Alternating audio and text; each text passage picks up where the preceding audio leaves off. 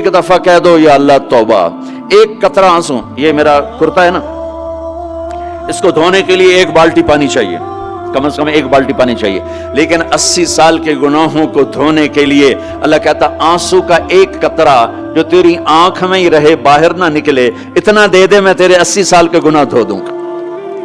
ایک آدمی کہتا ہے جی مجھے تو رونا ہی نہیں آتا، کئی لوگ ملتے ہیں کہ جی مجھے تو رونا ہی نہیں آتا، تو میں کہتا ہوں ہائے کر سکتے ہو؟ کہا جی ہائے کر سکتے۔ میں کہا یوں کہہ دے ہائے میرے اللہ مجھے معاف کر دے، تو تیری ہائے تیرے 1000 سال کے گناہ دھو دے گی، تیرے کروڑ سال کے گناہ دھو دے گی۔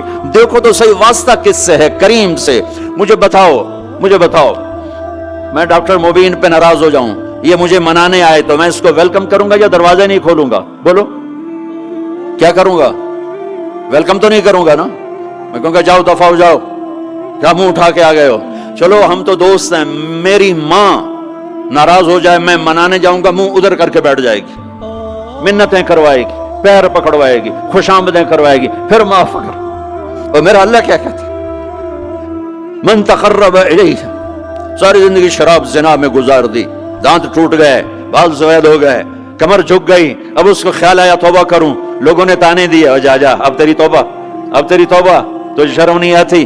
کعبہ کے اسموں سے جاؤ گے غالب شرم تم کو مگر نہیں آتی، تو اور کہاں جانا ہے؟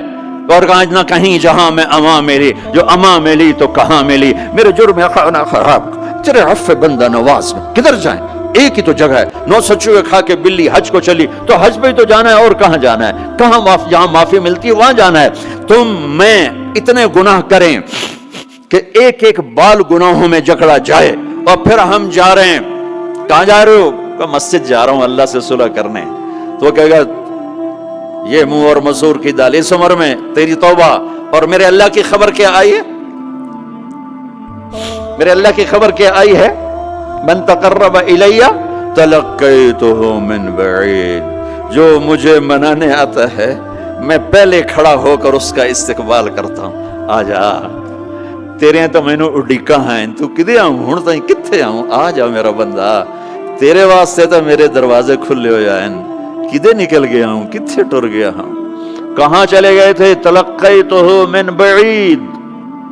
کوئی ہے بتاؤ، کوئی ہے ایسا؟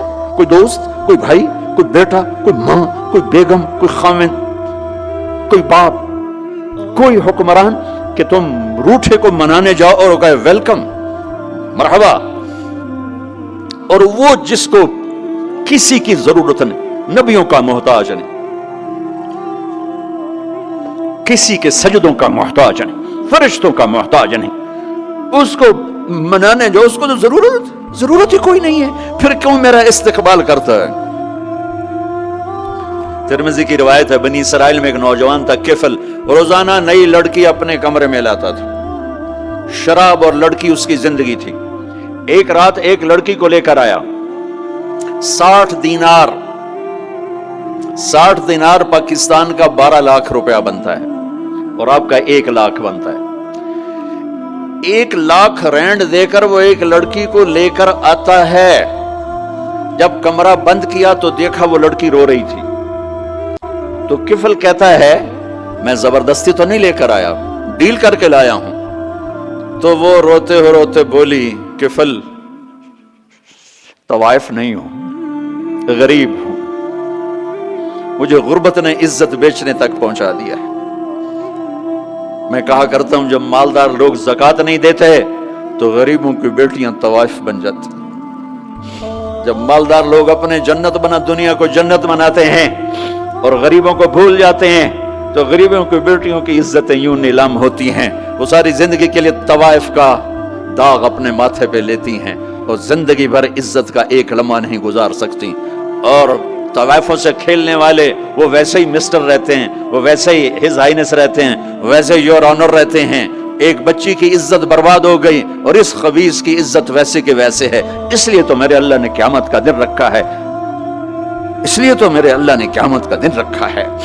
ہائے ہائے ہائے ہائے، ایسے تو نہیں حسین سر کٹوا کے نیزوں پہ چڑھ گئے اور آل رسول کے سیٹے گئے اور بوٹی بوٹی ان کے ہو گئی کہ اللہ کو نہیں چھوڑنا باقی سب چھوڑ دیں گے۔ جس امت کے پاس کربلا کی تاریخ ہو وہ امت نماز چھوڑ دے، وہ امت جھوٹ بولے، شراب پی، زنا کرے،